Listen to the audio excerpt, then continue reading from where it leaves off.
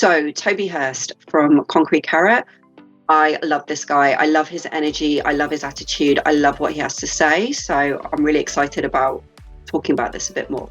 Hi, my name's Toby from a company called Concrete Carrot based here in the UK. We've been going for the best part of a decade now. We make bespoke polished concrete products for both the residential and commercial market. We fit out bars, kitchens in people's homes with concrete worktops, concrete sinks, everything's bespoke. And like I say, yeah, we've been going for the best part of 10 years now, going from strength to strength.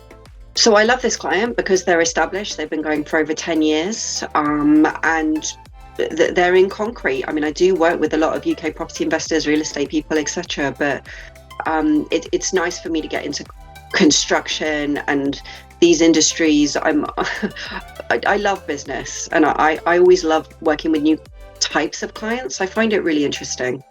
We started off as a small company, as everyone does. It's just a handful of us, and we quickly grew to realise that there's a lot of admin involved in running a company, whether small or large.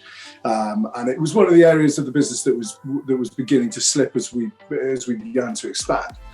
So one of the things that he said about his decision to hire a virtual assistant was to take the admin pressure off him and potentially off his team. These are the type of tasks which it is so rewarding to let go of, because they often don't help you move forward in business, especially as a business owner. If it's just you know, Richard Branson and you know, these people are not doing their own admin, and let's just treat ourselves a bit more like leaders wherever possible. We needed someone who was really capable, who was multi-skilled, and we tried in the UK to find that individual person, and went through quite a few people, and it just wasn't working out. And then we came to here just through a contact about the free and gig, so we thought we'd give it a try. It's really interesting that Toby says that it didn't work out for him with someone in the UK, and that he looked to the Philippines instead. I have no idea why it didn't work out for him. I personally wouldn't go back to the UK for certain hires, especially for something like administration. I have found for Filipino culture incredible in terms of work ethic and cheerfulness and politeness and the sweetness of the people. It's been incredible working with them for the last few years. And sometimes there is honestly a better attitude coming out of the Philippines around this type of work. It's not common to find someone in the Philippines who's going to tell you that they're too good to do this or too good to do that, or it's too boring for them. I haven't really, I mean, there's always the odd individual, of course, who might have that type of attitude, but culturally, I've just found them very positive and very hardworking, and I'm certainly not the only person to say that. First, it's at the beginning of 2020 we started, and I think we interviewed, certainly if it wasn't early 2020, then it was late 2019. He is now fully onboarded and is running certainly most of the admin side of our company, and we've just given him more responsibilities as of the start of 2021, which he's taking on with great enthusiasm. This is the kind of interview that makes me really proud, because that virtual assistant is obviously making a big difference within the business and taking on more and more responsibilities. And he's touched on the fact that he's got a fantastic attitude. And I'm always so glad when I see clients say this type of thing, because that was always my vision. That's always what I was hoping. To start with, because it was a completely blind experience, and here in the UK we're certainly on the small business sort of front, we're not speaking collectively for everyone in business. We're not really that au fait with working with people on the other side of the planet. So it was a bit nerve-wracking to start with, but the Freedom Geek team were absolutely fantastic, and they just held our hand all the way through, really. So the interview was really easy. Everyone was really friendly. It was a great experience all around, and I couldn't recommend it more highly, frankly. So Toby was saying that their company hasn't really got a lot of experience in working with someone who was from a completely different time zone, a completely different part of the world.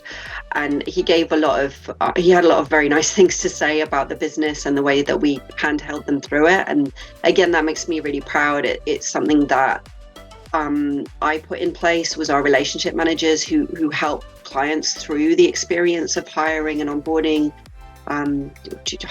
choosing, hiring, onboarding a virtual assistant, because I know a lot of people haven't done it before. They are intimidated by the fact that it's a completely different part of the world. They have got a lot of questions. They appreciate the support. And we always wanted to go for that personal touch. And I can't be doing that with every single client because we have too many clients. That's the kind of thing that was an opportunity for me to create roles for our relationship managers who love working with our clients, who really go out of their way to make sure that they're happy and they find the right people. So it's just so nice to hear good things about that. It was my idea. I used to be a relationship manager in the corporate world. It was very different to this, but I do know how important client care is. Initially, with the guidance of the team at the Freedom Geek, we recorded all of the tasks that we wanted our VA in the Philippines to do using Zoom and using a variety of methods. The easiest way was to just record your screen and narrate as you were going along. Very simple. So it makes you think about the task in your own mind, you break it down into steps, and it's really simple. It makes me realise that we need to do that in all the other areas of our business for our team here as well, just to break everything down into simple steps. And that makes the onboarding process really quick. It's really engaging. And obviously with the wonders of video calling and emails, it's very easy to clear up any discrepancies in that onboarding process. I'm so proud. Obviously he's happy and things have been working really well for him.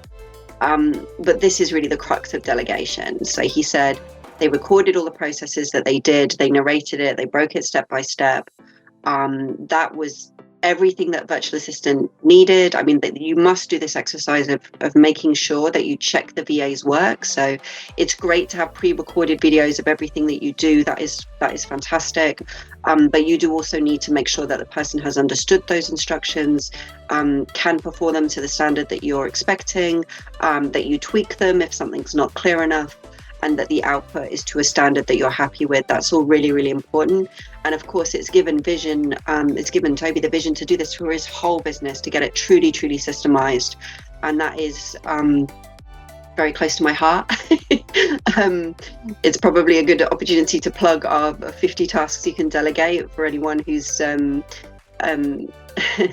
mini essential delegation guide, which is 50 tasks you can delegate to a virtual assistant, for anyone who needs a bit of help with maybe where to get started. And we'll post the link with this video as well. But he really understood everything that we told him about what we need to do in business to become truly systemized. And he took action. He got on with it. He took all of our recommendations about how to do it, and just look at that transformation. Yeah, very proud Freedom Geek right now. Oh, and one more thing. He said it was easy. He said it was simple. We're so caught up in our own heads with these things.